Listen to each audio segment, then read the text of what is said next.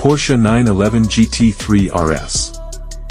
Hardcore new 911 variant generates more downforce than the GT3 Cup racer, but does it also generate fun? Midway through 2020, photos emerged of a prototype sports car, bearing an inconceivably large rear aerofoil. At the time, we were unsure whether this machine was an incoming version of the Porsche 911 GT3 RS undergoing testing, or indeed a test bed for one of the race cars. In a way, the latter seemed likelier. The wing was colossal. Design and styling. The 992 generation GT3 RS has innovations to spare, but it is also the first GT3 RS to be heavier than its GT3 underling. Granted, with the Weissach pack fitted, the difference is only 15 kilograms on paper, but 45 kilograms on our scales versus a Clubsport pack GT3, with carbon buckets and ceramic discs, and when you consider that the RS has a wider body and axles, and bigger wheels, as well as the electric actuators for its active aero systems, the difference starts to look impressively slim. But still, a heavier car is not the traditional RS philosophy. In terms of powertrain, changes are incremental. For the GT3 RS, the dry sump, naturally aspirated 4.0-liter flat 6 is lifted from 503 brake horsepower to 518 brake horsepower, by way of hotter cams. With individual throttle bodies, it spins to 9,000 RPM, and operates through a 7-speed PDK gearbox. There is no manual option as there is in the GT3, because an RS product is all about outright performance. Suspension is by wishbones at the front and multiple links at the rear. The car's elongated, drop-shaped front links are aerodynamically optimized, and contribute 40 kilograms to total downforce. In an unprecedented move, the driver is able to electronically adjust damper bump and rebound as well as power and coast characteristics for the limited slip differential. Interior. Ahead of you is a version of the GT3's 360mm wheel, now with rotary controls for the adjustable suspension, driveline and chassis electronics. Beyond that, a physical tacho reads to 10,000 RPM, and is flanked by displays that show all manner of information, but that can be reduced to the bare essentials, for undistracted driving on track. To your left sits the old world, manual aping PDK gear selector, that Porsche reserves for its GT cars. In the details, RS is similar to GT3. Copious race text, similar to Alcantara, is deployed, although you can have the dashboard and steering rim in smooth leather. The most exotic elements come with the Weissach pack.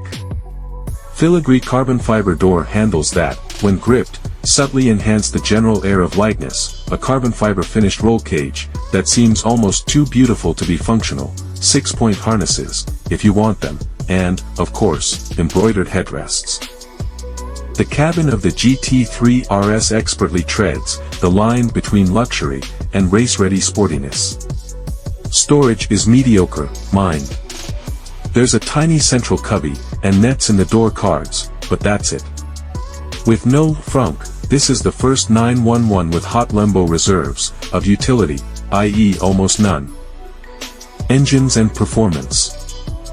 There is also pin-sharp throttle response, and occupants are treated to that distinctive, intake-generated fizzwail, as this engine approaches about 7,000 RPM. Things only intensify through the headroom that exists thereafter, the noise hardening into a clenched fist of screaming metallic song at 9,000 RPM. Letting an RS rip is never anything less than memorable. And that's just as well. With peak torque of 343 pounds-feet arriving at 6,300 RPM and 518 brake horsepower available only at 8,500 RPM, 100 RPM higher than in the GT3, this is an engine that needs to be exercised, despite the marginally shorter final drive fitted to the RS. On an enjoyable road, any gear above third which tops out at 105 miles per hour slightly neuters proceedings, although this isn't an issue on track, where the car thrives, feeling utterly at home. Numbers. For a non-turbo car weighing 1,476 kilograms as tested, with a full tank, the the GT3 RS is explosively quick. It sprinted to 60 miles per hour in 3.2 seconds and reached triple figures in 7.1 seconds. Granted, this is behind more powerful alternatives from Ferrari, Lamborghini and McLaren, but RS products have never been about straight line, pace alone, and this is particularly true of the new GT3 RS, whose aero limits top speed to 184 miles per hour, versus the GT3's 198 miles per hour. In any case, the Porsche has a secret weapon when it comes to shedding speed. Its braking performance is exceptional, particularly above 50 miles per hour, when all that downforce comes to bear.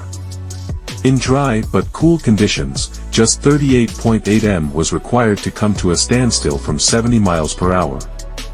This puts the Porsche in the realm of considerably lighter, even more uncompromising, equally aero-focused machines such as the Dallara Stradale and McLaren Senna. On the road, this is of little relevance, but on the track, the ability of the GT3 RS to maintain stability while dive-bombing into corners on a forcible trailing brake can be mind-blowing. So friends, that's a little information that we can summarize. Don't forget to subscribe, like, comments and share for other latest video updates. Thanks for watching.